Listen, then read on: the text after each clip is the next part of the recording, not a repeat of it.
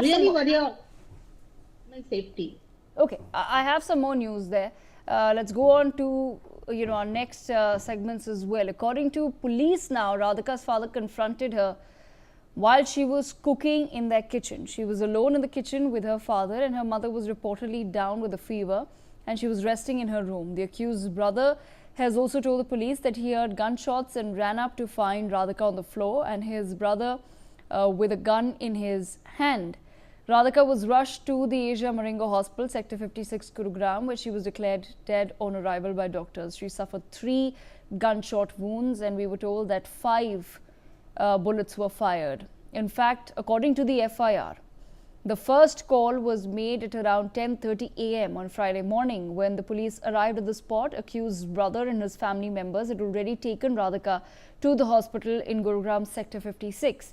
Unfortunately, Radhika was declared brought dead by the hospital.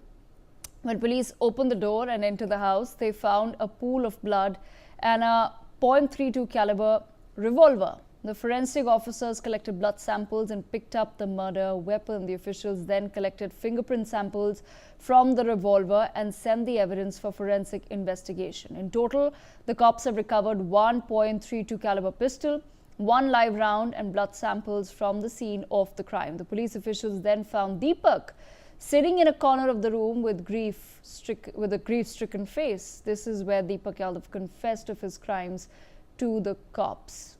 Okay, interesting new details now coming in from the FIR as well. Mrs. Sahai, I want to bring you back into the conversation, sir.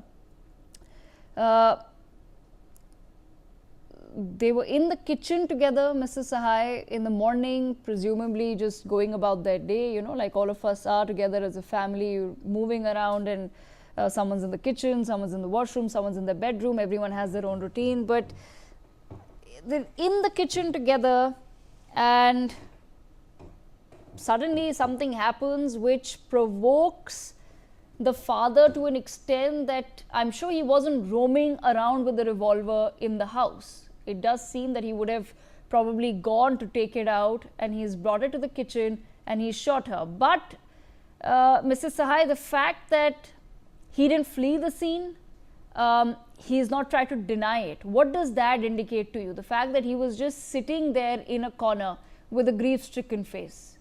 What does that indicate to you? I'm not very sure of the fact that they were exactly together at the same place and there was some altercation or something which was so provocative that he immediately rushed to get the revolver.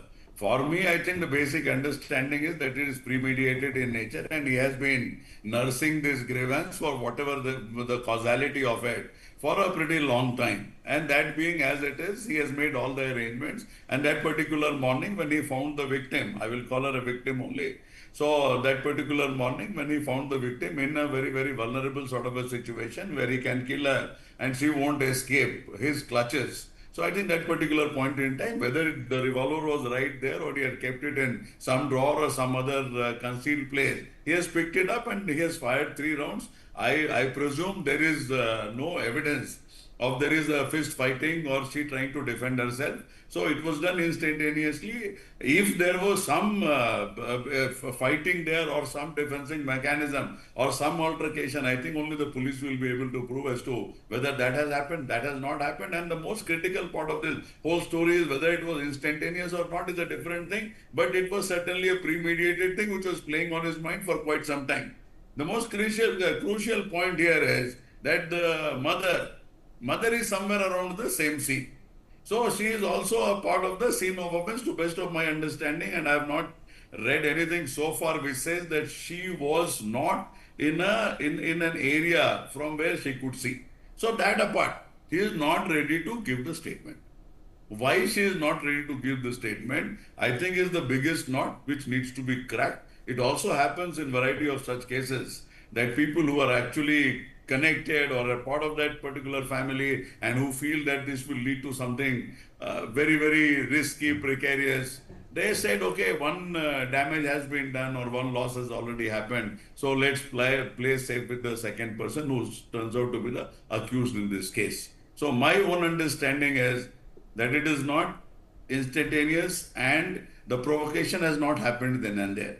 And even if somehow it is proved that a provocation has happened, he was nursing this grievance and might be was waiting for the provocation, or he has created that provocation, I don't know.